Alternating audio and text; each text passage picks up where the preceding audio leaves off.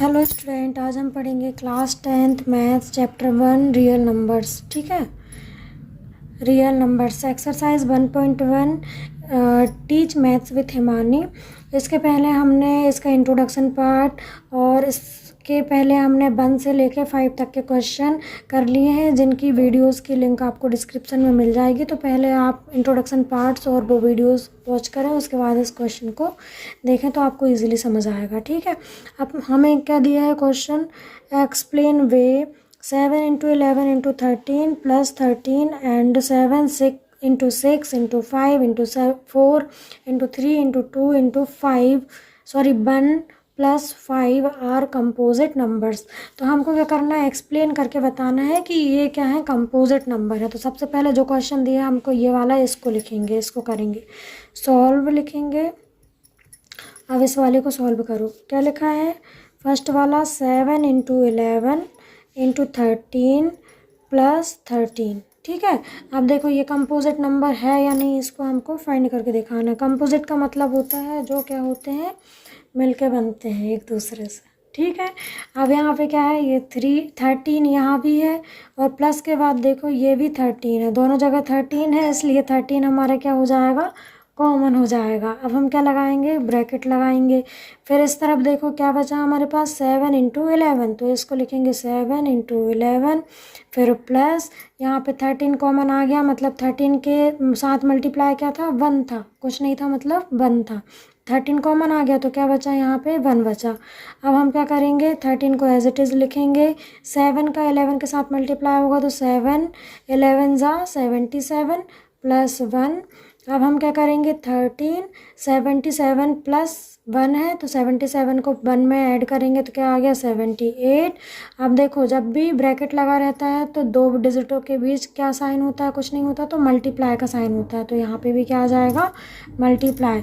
अब 13 का 78 में मल्टीप्लाई होगा तो हमारे पास क्या आएगा, हम डायरेक्ट मल्टीप्लाई नहीं करेंगे। अब हम क्या करेंगे, 78 के क्या करेंगे, पहले फैक्टराइजेशन निकालेंगे, फैक्टर निकालेंगे। ठीक है, तो 78 के फैक्टर क्या क्या होंगे, 78 लास्ट डिजिट क्या है, इवन है। मैंने आपको पहले बताया था कि इवन मतलब इवन और ऑड नंबर मतलब फैक्टर कैसे करते हैं, ये मैंने बताया। तो लास्ट डिजिट क्या है हमारे पास, इवन नंबर है, तो इवन नंबर है तो इवन नंबर से ही ये डिवाइड होगी, है ना। तो 2 से करेंगे, सबसे छोटा इवन नंबर क्या होता है, 2 4 6, ये हमारे इवन नंबर है। ऑड नंबर क्या क्या होते हैं, 1 3 5, है ना।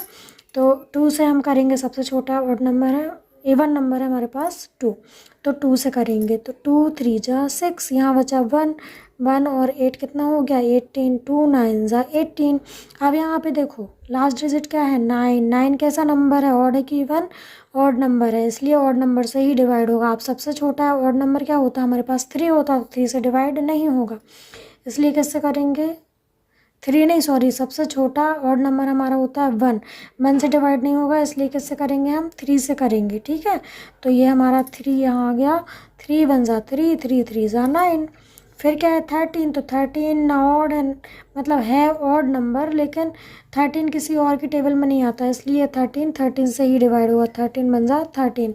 अब हम लिखेंगे इसके फैक्टर, 13 इंटू 78 के फैक्टर क्या क्या है, 2 3 और 13, तो यहाँ लिखेंगे 2 इंटू 3 इंटू 13।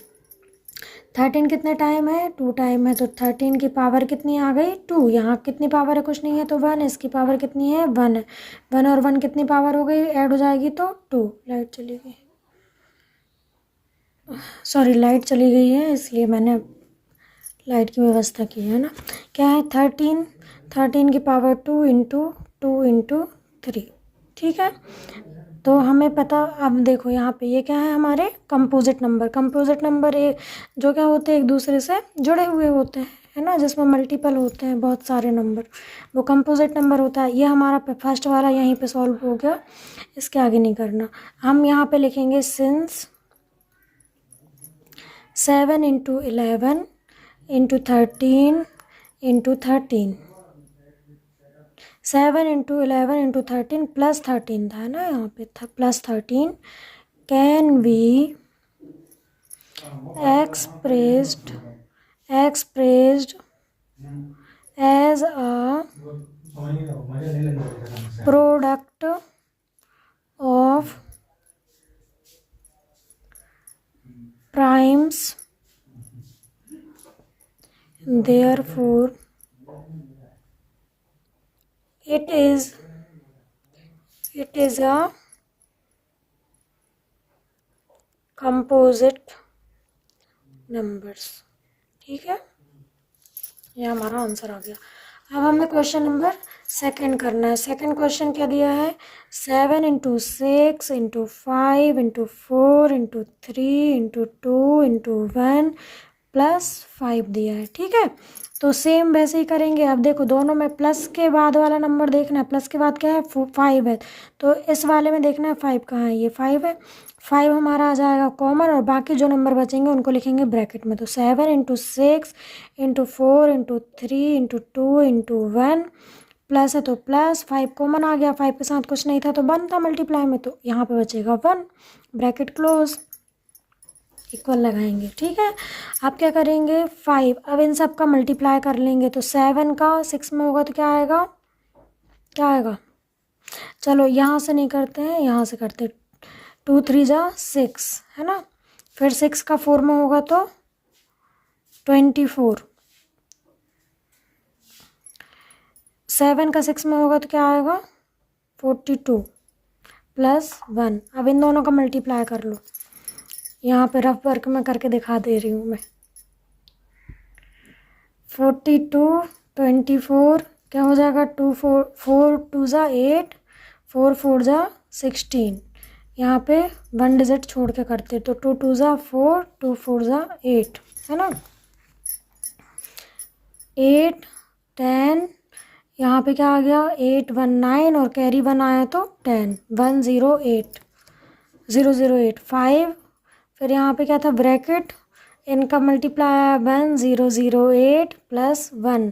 अब लास्ट डिजिट में 1 को ऐड करना है, तो 5 × यहाँ पे ऐड हो गया तो 9 हो गया, 8 और 1, फिर 0 का 0 0 फिर 1, फिर क्या करने हैं अब इसके प्राइम फैक्टराइजेशन, लेकिन प्राइम फैक्टराइजेशन इसके नहीं होंगे, इसलिए ये क्वेश्चन इतना ही सॉल्व होगा। ठीक है, अब हमें क्या करना है आंसर लिखना है, तो क्या आ जाएगा, since 7 6 5 4 3 2 1 +5 can be expressed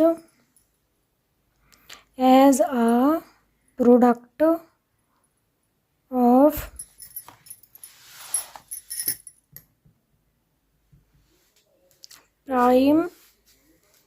primes, therefore it is a composite number।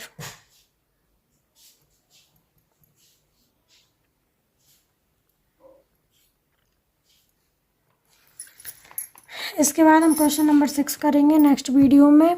यदि आपको मेरा पढ़ाना अच्छा लग रहा है तो आप मेरे चैनल को लाइक करो, सब्सक्राइब करो, इसका स्क्रीनशॉट ले लो, नोट कर लेना। ठीक है, और मेरी वीडियो सुबह 8 से 10 बजे के बीच डलती है और शाम को 6 से 8 के बीच डालती हूँ, तो आप लोग उस समय अपनी वीडियोस को वॉच कर सकते हैं और अपने दोस्तों के साथ चैनल को शेयर करो। Thank you.